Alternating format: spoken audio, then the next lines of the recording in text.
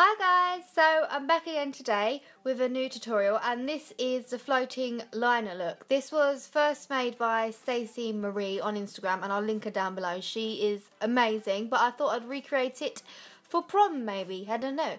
So I've started off with my eyelids prime and my eyebrows on, and I'm now taking sellotape that I've cut in half lengthways to make it thinner, otherwise my eye's just sellotaped down, and I'm just laying it where I would put a wing if I was to wing my eye. Does that make sense?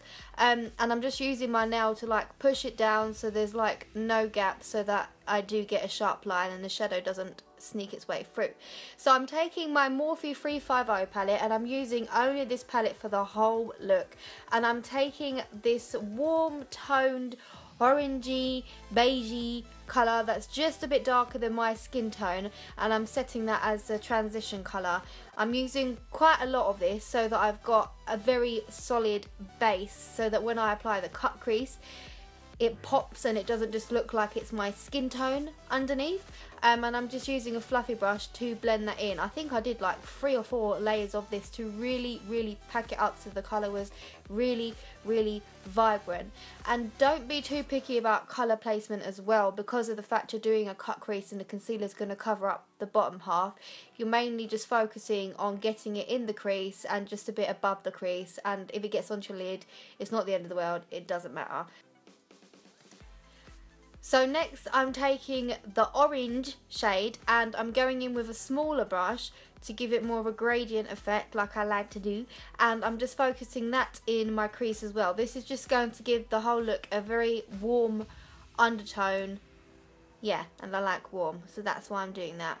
And also, please ignore my spots. It is that time of the month and they're just, I don't know what's going on with my skin recently. It's just, I've never had this issue. Well, I have once, but it went, and it's what I'm doing now is not making it go. So if you have any suggestions, please let me know. So next I'm taking this cool tone brown with a smaller, my brushes always get smaller as I go along with my looks, by the way, and I'm just putting this into my crease as well, and this is going to be exactly where the cut crease goes over. I'm taking a clean fluffy brush just to blend out the edges of the top of the eyeshadow to my brow bone, just so that it looks nice and blended.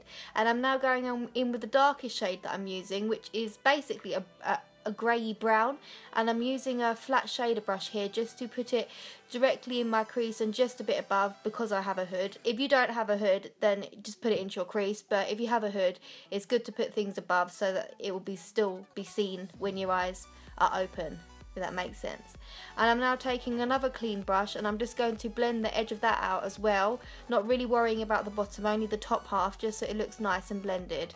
I'm now going back in with the very first colour that I used, just to go over everything, just to blend everything nicely together.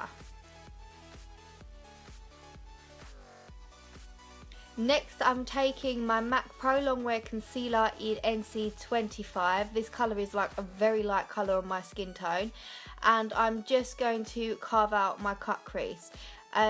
This was so hard because I usually like to use my elbow on the table to give me some sort of stability, but I was balancing here because of all the lighting and the camera, so please bear with me. But I'm just cutting out the cut crease. That's what I'm doing, and I'm going to wing out the edge a bit as well, and it will give me that winged effect.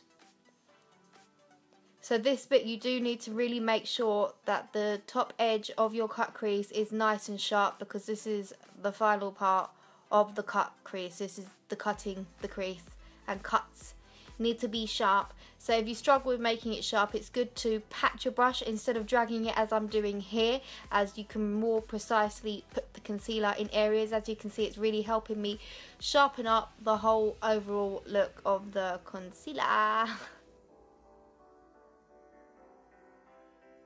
Once this is dried, I then take off the sellotape, and ta-da, it's nice and sharp.